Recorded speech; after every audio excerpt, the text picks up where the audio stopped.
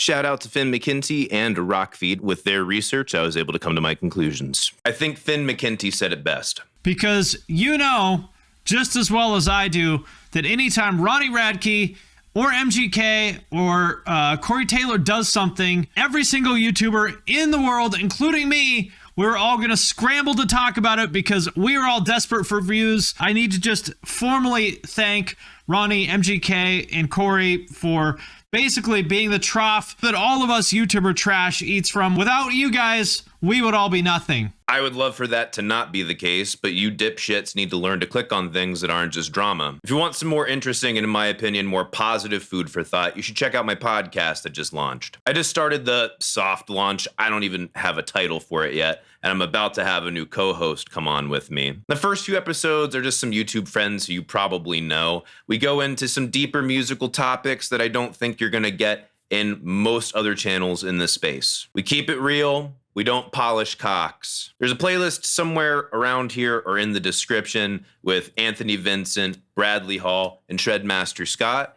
And my episode with Samurai Guitarist will be up very soon, either tomorrow or the day after, one or the other. Make sure you subscribe and also like this video so you don't miss it. Eddie Trunk is willfully ignorant, and I have to defend Ronnie Radke.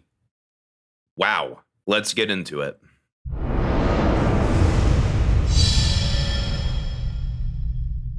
This whole drama, mostly bullshit, started because Ronnie Radke posted a video saying he had to cancel a show because they lost their laptops. I regret to inform you that we have to cancel and we have no other option. I'm sorry. We walk into rehearsals and our laptops are missing that we run all of our show on and stuff.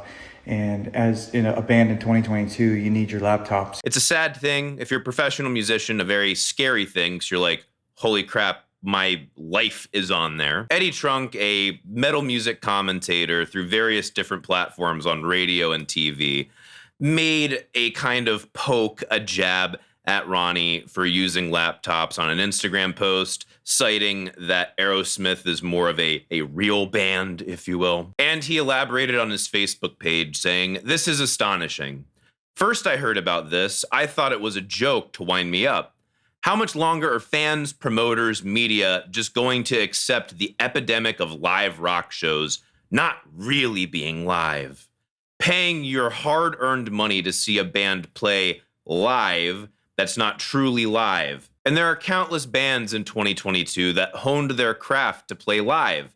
Tons, new and old, including the one that subbed for them in their slot, Jackal. Don't get me fucking started on Jackal. No laptop needed there. This is just unreal, but at least I give them credit for being honest. Wow. I am closer than ever to launching my own." Okay, he ends it with some dumbass fucking statement. That entire thing was completely asinine to say. Radke responds, showing that multiple different real artists, including Aerosmith, who just got their cock polished, use backing tracks live. And now it just devolves into a bunch of Twitter drama, annoying, stupid. We're not going to get into that stuff. But Radke illustrates the hypocrisy of Eddie Trunk, pointing out one band as authentic and another band as fake while they both use backing tracks live. Look, I think it's pretty obvious at this point. Everyone uses backing tracks. This isn't new. This isn't bad. It's completely normal. Like in the year 2022, I'm shocked we're still having this conversation. Eddie Trunk knows enough about this industry to know that the bands that he fucking jerks his gherkin to also use backing tracks. He just wants another fake excuse to pretend not to enjoy new music. And to be honest, Trunk seems like a bit of a shit stirrer and a drama baiter to me anyway. I saw him on Twitter draw a comparison between the two Taylor Hawkins tribute shows and the fact that there hadn't been any Eddie Van Halen tribute shows since then. It's just like completely unnecessary that you're just trying to drum up drama that would have never been there. No one would have ever thought about it. You're not doing a favor to anyone by trying to say we didn't honor Eddie. You're just creating bullshit. Eddie Van Halen's son, Wolf Van Halen, also didn't seem to take it very well. So why did you say it? Or this shit on Twitter about the Grammys not mentioning Eddie Van Halen when he passed away. Sure, fine. But let's be honest. You think that you're this like really authentic guy. You think that you're like all about the underground and keeping it real, bro.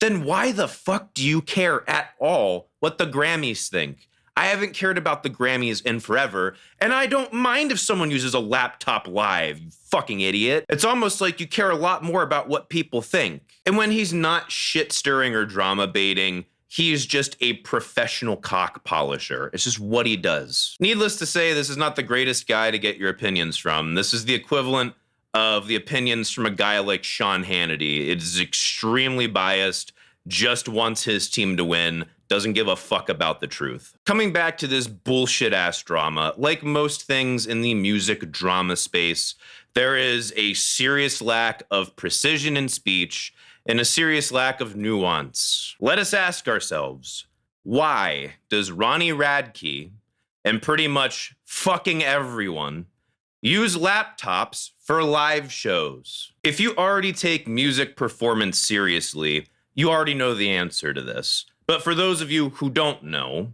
it is used for a wide variety of solutions. I had a chat with my friend Ben. Those of you in the Discord server will know him as Princess Tatiana. He works for a major music artist as a live tech, and this is what he had to say about this situation when I grilled the shit out of him. I am here with Ben McConnelly. Ben, please tell my audience what you do for a living. Hi, everybody. So I am a backline tech for a country artist called Kane Brown, and I take care of the drums, the entire bass rig, and the lead guitarist's instruments. Talking about laptops and live shows, Ben, what would happen to Kane and his demeanor if for some reason all of the laptops for that show went missing? He'd be mad. He'd be very mad. Like, that's a lot of money that we've spent. That's that's the brains of our entire show gone. You say the brains of the entire show. What does it run? It runs this stuff called timecode, which runs to our pyro guys. It runs to our lighting guys. It runs to all of our players, the piano, so the keyboards, the fiddle players, axe effects, the lead guitars, axe effects, when you the say rhythm it guitars, runs to them, when you say it runs to them, is it playing the parts for them, or is it merely changing the timbre that comes out of the instruments when the musicians play? It's changing the patches. That's all it is for them. It's cueing lights. It's cueing all of the, or not all, but most of the pyro stuff with lasers. So it's not like playing their instruments in any way, shape, or form. Our guys are up there after rehearsing, after putting in all the work, playing the parts. It's just so they don't have to stare down at a pedal board and like hit multiple at once. It just does those simple changes. Doesn't take away anything musically from any of our guys. Could you potentially call that allowing the music performers to focus on the music and less on the technology? Absolutely. Like, it allows them to be way more entertaining on stage. It allows them to look out in the audience and have a better time. Like, it allows them to purely focus on playing their parts right and doing their job, which is entertaining. Say you guys had to do a show tomorrow that you were all rehearsed for, and that day before the show, those laptops went missing. Would Kane feel okay, and would he feel secure in still charging full ticket price? So the slight confusion, the hard part about that is that if our laptops went down, we have full backups, as far as I know. So we could get other laptops and continue with the show. So he would continue, but somebody would be getting extremely chewed out, and I'm not sure who that would be. Okay, but well, let's take it even further, just as a thought experiment. Say the backups were missing, no laptops. Like, there's no way to fix this before show day tomorrow. If something like that happened to a point to where we couldn't run the show, right? So like if our laptops went missing, I do think we could make it work full production, but it's because Kane pays for a massive crew of guys who have redundancies upon redundancies. So, that'd be hard. Like I, depending on how close it was, and if we can make the full show happen, he'd probably have to cancel the show. So I guess the point I'm trying to drive at, it's more important to him to put on the best show possible, and all these redundancies to compensate just in case all of these things go wrong with the laptops are built in there in order to deliver an awesome, expensive experience for the audience.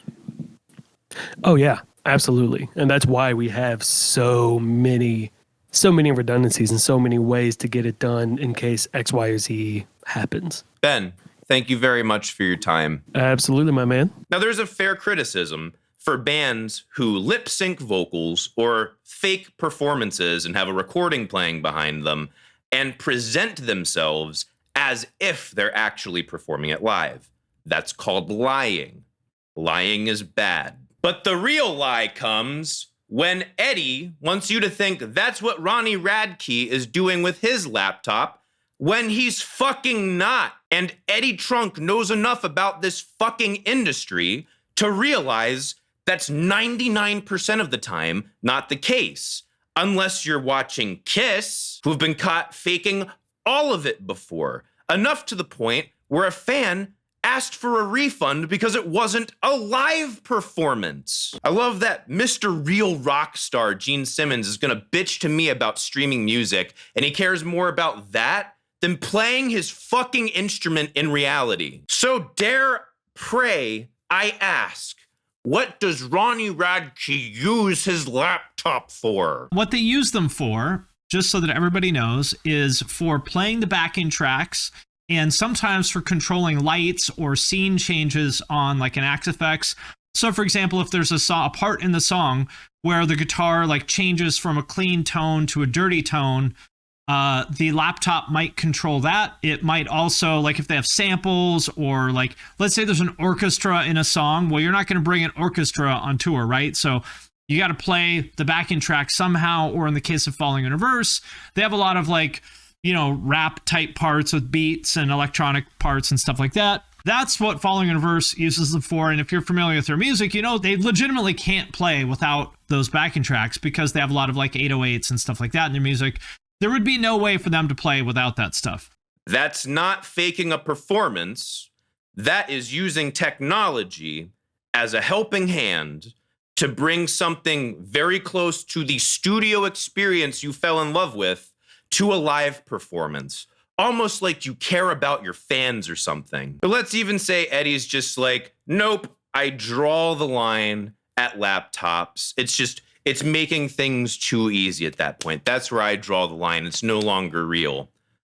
Okay, so that's your line. Who gives a fuck about your line? Eddie is mad specifically at Ronnie Radke for using a laptop to make his live show easier to perform. But it's okay for the guitarists that you professionally rim job to use compression, equalizers, and modulations live. That's perfectly okay. It's okay to have the guitars amplified and saturated from their natural acoustic state, which makes it easier to fucking play. That's perfectly okay, Eddie. It's all technology that makes it easier to play or changes the timbre for artistic expression, you fucking asshole. All your favorite fucking bands and artists do this. And yes, it's kind of fucking cheating if you want to get really purist about it. If you want to be the real true cult black metal over here, Eddie. Unless you're playing nylon strings on a classical guitar with no pick. Actually, no, even that's fucking cheating. Fretting is also musical technology, Eddie.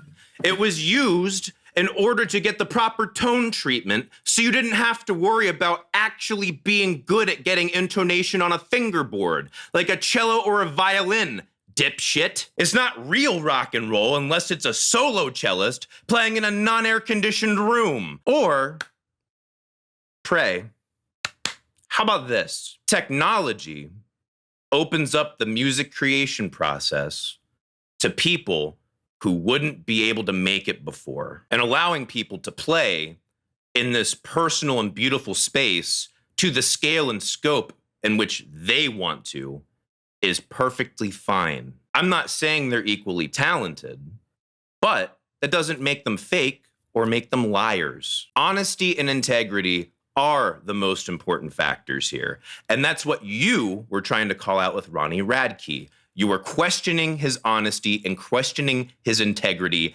as a live performer. Ronnie wanted to give his fans the value that he believes they paid for with that ticket price, and he didn't think he was going to be able to without his laptops. He told them up front exactly why he canceled the show.